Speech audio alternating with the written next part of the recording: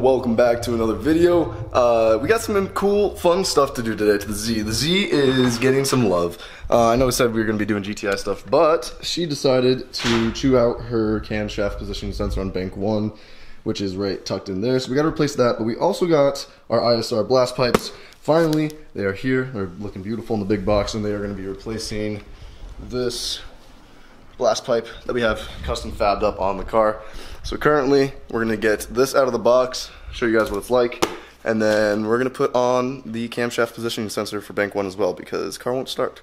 So that's, I mean, it cranks, but it won't start and stay healthy. Anyways, welcome back to another video. This is the best exhaust I personally think you can buy for the 350Z. Let's do it.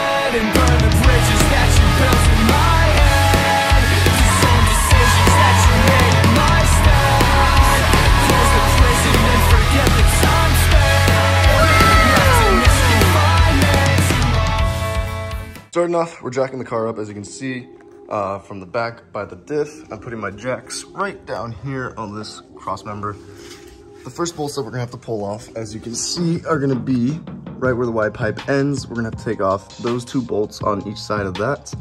Then we're gonna have to come back here and just take the hanger out. From there, we're gonna put the new exhaust on using our new hardware right here.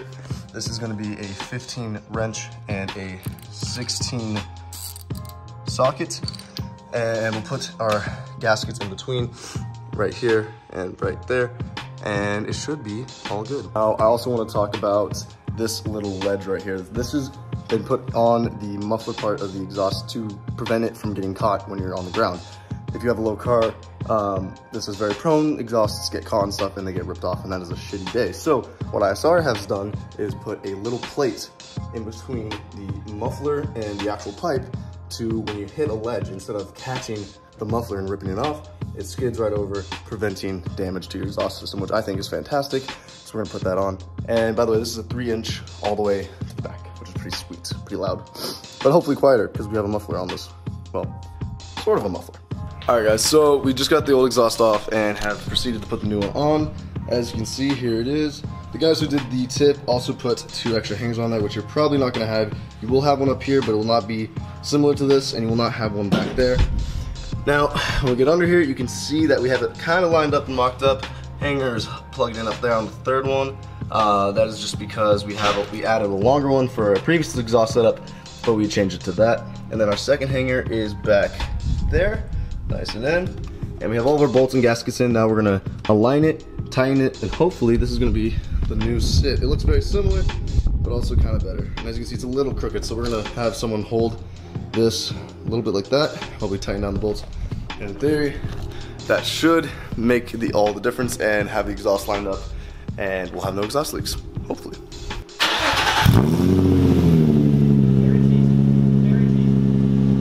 Yes.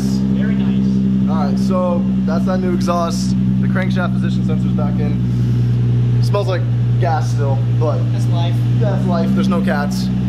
Good night. We'll wrap it up with some sound clips tomorrow. Get to bed.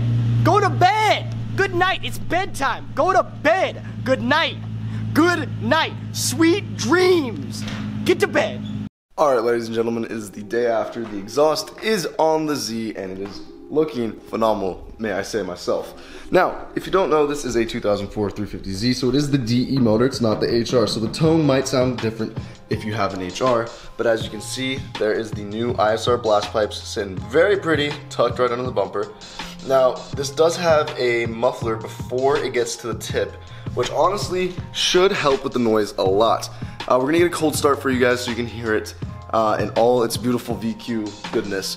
But I do want to preface this as well with the install saying, if you haven't tucked your bumper, you're going to have to tuck it. There are 2 plastic clips, left and right, I believe, of the bumper. Basically, you're gonna have to cut those or unscrew them, however you want to do it. I just got rid of mine, I cut them out because I don't see myself putting that back down, especially with the kit that's coming to the car.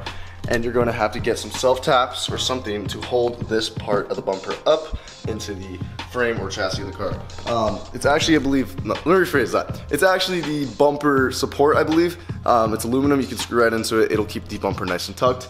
But without further ado, let's get this cold start so you guys can hear what, in my opinion, is the best catback exhaust for your car. Now, I also have Z1 Y pipes and I have Megan Racing test pipes. The test pipes are totally optional. I originally had high flow cats, but I did test pipes just for tuning reasons. But let's get into it, and you guys can hear what it sounds like.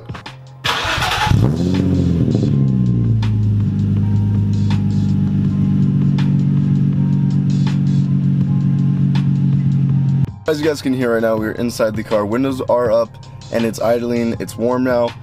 It's not that bad. And honestly, I know you're probably expecting something more aggressive, especially since the fact that we don't have cats and we got rid of our resonators and our Y pipe resonators.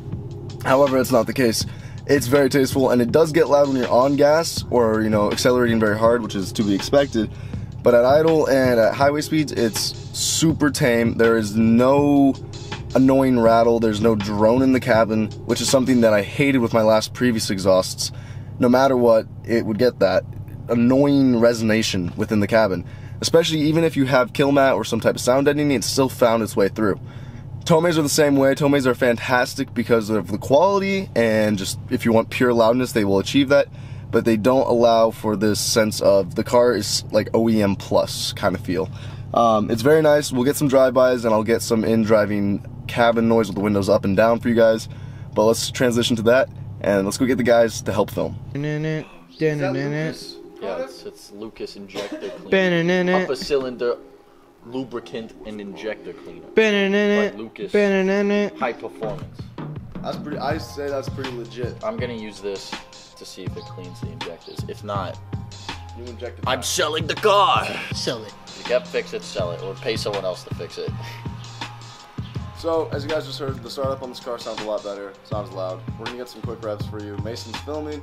Mason, say hello. Hi! And yeah, let's get into it.